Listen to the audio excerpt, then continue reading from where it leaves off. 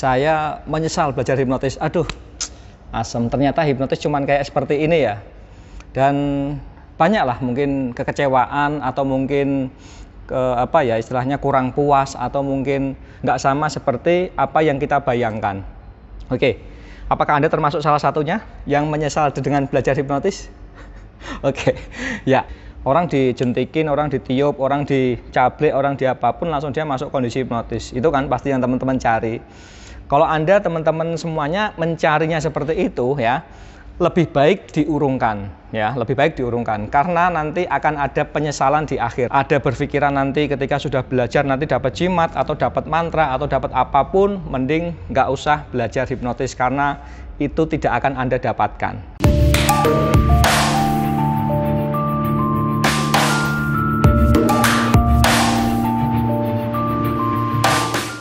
Halo, kembali lagi dengan saya Roni De La Serna, dan kali ini saya akan membahas mungkin tentang ini ya. Anda yang mungkin mau belajar hipnotis, apakah Anda termasuk orang yang salah satu, aduh, saya menyesal belajar hipnotis, aduh, asem. Ternyata hipnotis cuman kayak seperti ini ya. Dan banyaklah mungkin kekecewaan atau mungkin istilahnya kurang puas atau mungkin nggak sama seperti apa yang kita bayangkan. Oke. Apakah Anda termasuk salah satunya yang menyesal dengan belajar hipnotis? Oke, ya. Saya pun dulu ya, saya akan cerita sedikit ya. Dulu di awal saya sempat menyesal juga ya untuk belajar hipnotis. Bahkan saya sampai belajar kemana-mana. Artinya nggak cuma di satu guru saja. Jadi saya kemana-mana ke banyak guru juga. Hanya untuk mencari hipnotis itu yang super keren. Yang dicetik langsung tidur, yang ditembak langsung tidur. Pokoknya macam-macam lah. Dan rata-rata orang yang belajar hipnotis itu rata-rata sebelum dia belajar itu pasti kebanyakan mereka pasti akan mendapatkan sebuah mantra, sebuah amalan atau sebuah jimat yang nanti bisa digunakan untuk menghipnotis orang itu dengan sangat cepat. Apakah Anda termasuk salah satu seperti itu? Iya.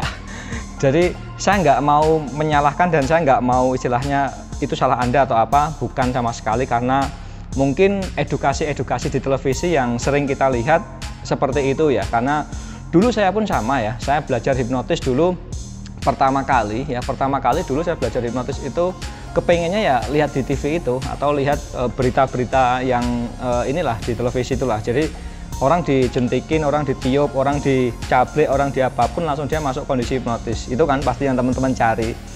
Kalau Anda teman-teman semuanya mencarinya seperti itu ya, lebih baik diurungkan ya, lebih baik diurungkan karena nanti akan ada penyesalan di akhir karena ekspektasinya nggak sama seperti realitanya gitu.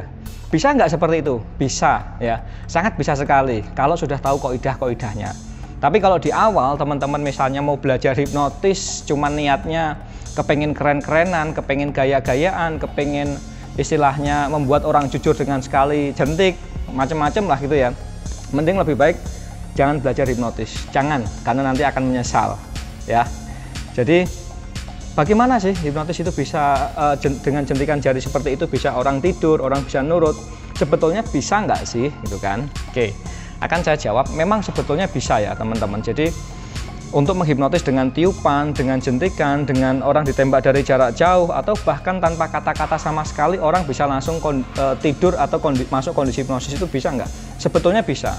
Tetapi kita harus tahu kaidah-kaidahnya, dan di situ akan diajari di dalam pelatihan-pelatihan workshop hipnotis ya. Nah, ketika Anda sudah tahu kaidah-kaidahnya, baru Anda bisa mungkin membuat hipnotis itu menjadi lebih simpel ya. Karena definisi hipnotis sendiri adalah diterimanya ide tanpa kritik. Jadi seandainya kita bisa menyuruh teman atau kita bisa menyuruh siapapun dan dia langsung melaksanakan perintah kita tanpa kritik, artinya kita sudah bisa menghipnotis dia. Makanya hipnotis itu sangat mudah untuk atasan ke bawahan atau untuk guru ke murid atau untuk kiai ke santrinya. Kira-kira seperti itu teman-teman. Jadi ketika kita membuat sebuah definisi hipnotis itu istilahnya harus masuk gelombang alfa, harus masuk gelombang theta, atau pipinya harus memerah, atau banyaklah definisinya. Karena ketika kita membuat sebuah definisi hipnotis itu semakin sulit ya, maka yang ada juga kita akan menghipnotis orang itu semakin sulit juga. Karena pikiran kita akan menjadi magnet buat kejadian di sekitar kita juga ya. Makanya kalau saya lebih suka hipnotis itu ya ketika orang mau melaksanakan perintah kita ya, atau diterimanya ide tanpa kritik. Jadi ketika kita sudah membuat definisi itu sangat-sangat simpel dan sangat-sangat mudah, ya kita tinggal ini ya, menghipnotis itu ya sangat mudah, karena ya kita memahami hipnotis itu sangat-sangat simpel dan sangat-sangat mudah sekali. Tapi manakala kita membuat sebuah definisi yang sulit, ya maka akan sulit juga. Mungkin salah satunya Anda ya yang sudah belajar hipnotis ke si A, si B, dan nggak menemukan feel atau soul-nya karena nggak mendefinisikan hipnotis itu menjadi mudah, maka ya yang terjadi akan sulit seperti yang dirasakan oleh teman-teman semuanya. Makanya ketika kita belajar hipnotis, yang pertama kita harus tahu niatnya dulu ya, niatnya untuk apa gitu kan. Dan yang kedua, kita harus benar-benar pahami betul bahwasanya hipnotis itu ilmu logis, bukan ilmu klinik, bukan ilmu mantra, bukan ilmu jin, ya logis. Karena ketika dua ini teman-teman sudah salah persepsi atau salah niat atau salah persepsi tadi, mungkin pulang ketika pelatihan mendapatkan sebuah jimat, sebuah amalan, itu salah ya teman-teman ya. Jadi harus dibenarkan dulu niat sama idenya, pemikirannya tadi ya.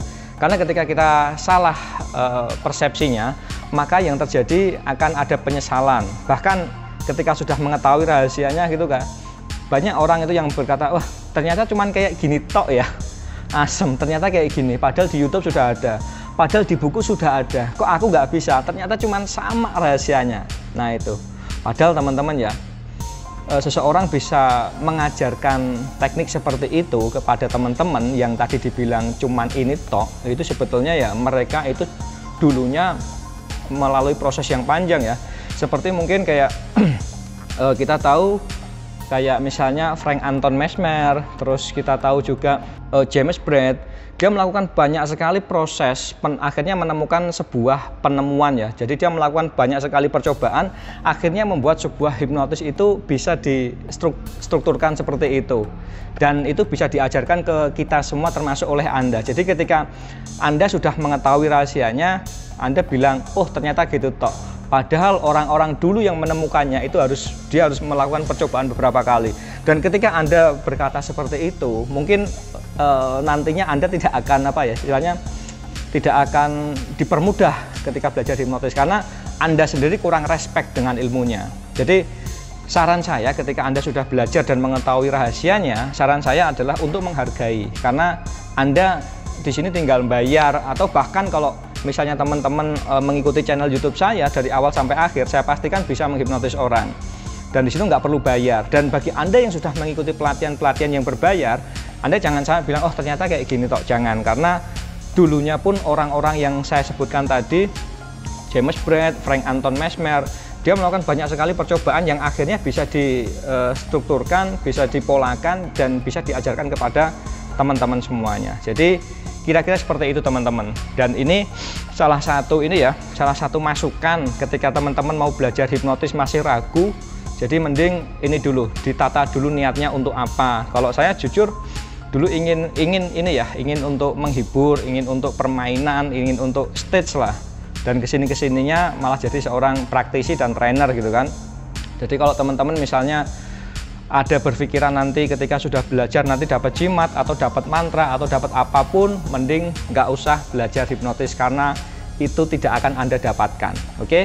Dan semoga video ini mencerahkan teman-teman semuanya yang mau belajar hipnotis dan masih bimbang. Lebih baik ditata dulu niatnya, dan ini ya logikanya, maksudnya pandangannya dibenarkan dulu tentang hipnotis ini, karena hipnotis bukan mistik atau bukan klinik ya, dia logis. Oke?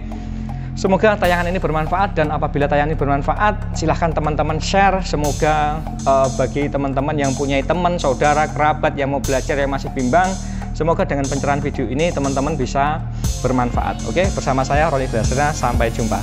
Dadah.